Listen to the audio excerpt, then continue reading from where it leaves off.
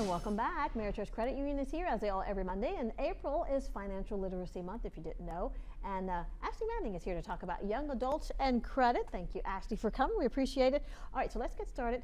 So we refer to credit on this discussion. What should we know for our young adults? Yeah, so we're talking about credit, the concept of actually borrowing money, and our borrowing needs is one of the ways that we measure our overall financial health. So when we're referring to credit, we're talking about buying a car loan, those credit cards, and we really have to evaluate month to month, am I keeping a balance? What is my overall credit score? Is the debt that I have manageable? Yeah. Now we're talking about young adults, and it's likely they don't have this significant amount of debt, but it's important for us to have these conversations sooner rather than later. So where do we start with helping them understand then the usage of this credit? Right, so start with the basics. They have to understand what is credit, and we can keep this simple. So start by telling them credit is just a way that we borrow money, and that we borrow this money and have to pay it back to the different lenders. And they charge us different costs, such as interest, to get extra money back for that loan that they're giving out to us.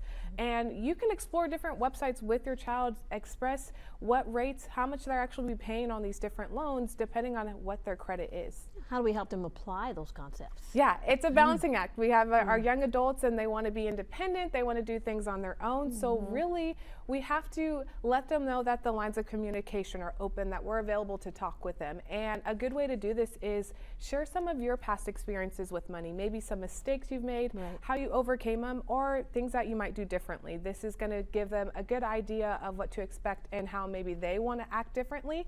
If not, send them to a financial institution. We know older adults don't always listen to us as parents or caregivers, so send them to your financial institution, let them talk to an expert. That's a good idea. I like that one. Okay, what's your final advice? Yeah, so we're talking about credit and borrowing, but we also want to stress the importance of budgeting and saving. These are two concepts and activities that are really going to help them grow on their financial journey and help them to discover that manageable debt when we're referring to credit. All right, some important things for our young adults to know so they can be successful in the financial world. Thank you, Ashley. We appreciate it. We'll see you guys next week. See ya. All right, coming up, we're going to see what's cooking in the Mr. Food Test Kitchen right here on 12 News at Noon.